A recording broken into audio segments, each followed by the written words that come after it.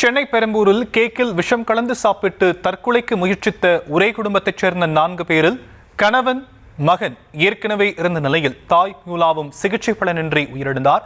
இது பற்றிய விவரங்களை நம்முடைய செய்தியாளர் கார்த்திகேயன் வழங்க நாம் கேட்கலாம். கார்த்திகேயன், விவரங்கள்.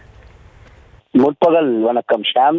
சென்னை பெரம்பூரில் ஒரே குடும்பத்தைச் சேர்ந்த 4 பேர் தற்கொலை செய்து கொண்டு முயற்சித்த சம்பவத்துல ஏற்கனவே 2 பேர் உயிரிழந்த நிலையில் தற்போது மேலும் ஒரு உயிரானது பறிபோயுள்ளது.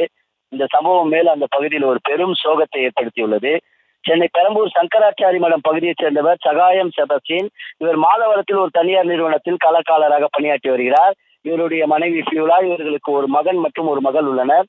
இந்த நிலையில சகாயம் செபஸ்டின் மனைவி பியூலாவிற்கு புற்றுநோய் ஏற்பட்டு அவர் அந்த நோய்க்காக சிகிச்சை பெற்று வந்த நிலையில இந்த நோயானது குணமடையாததால் இவர்களுடைய குடும்பமே ஒரு சோகத்தில் மூழ்கினார்கள். இந்த நிலையில் நேற்று முன்தினம் இரவு சகாயம் செபஸ்டின் அருகில் உள்ள ஒரு பேக்கரிக்கு சென்று கேக் ஒன்றினை வாங்கி வந்து அதில் விஷம் கலந்து குடும்பத்தினருக்கு கொடுத்துவிட்டு அவரும் தூக்கிட்டு தற்கொலை செய்து கொண்டார். இந்த நிலையில் இந்த நன்கு கலந்த கேக்கினை சாப்பிட்ட சகாயம் செபஸ்டின் மனைவி பியூலா மற்றும் அவருடைய மகள் இவாஞ்சலின் ஆகியோர் அருகில் இருந்தவரை காப்பாற்றி அவர்களை சென்னை அரசு ராஜீவ்காந்தி மருத்துவமனையில் சிகிச்சைக்காக அனுப்பி வைத்தனர்.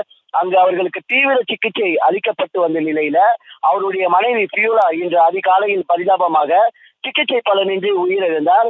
இதனால அவருடைய உறவினர்கள் மற்றும் குடும்பத்தினர் தற்போது ஒரு பெரும் சோகத்தில் உள்ளனர்.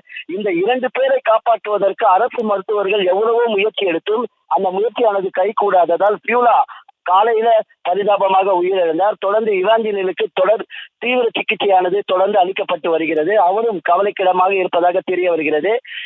தற்போது பியூலா உயிரிழந்த சம்பவமானது தற்போது பெரம்பூர் மற்றும் அவருடைய அந்த பகுதியை சுற்றி மற்றும் அவருடைய உறவினர்கள், நண்பர்கள், குடும்பத்தினரே ஒரு பெரும் சோகத்தை ஏற்படுத்தியுள்ளது.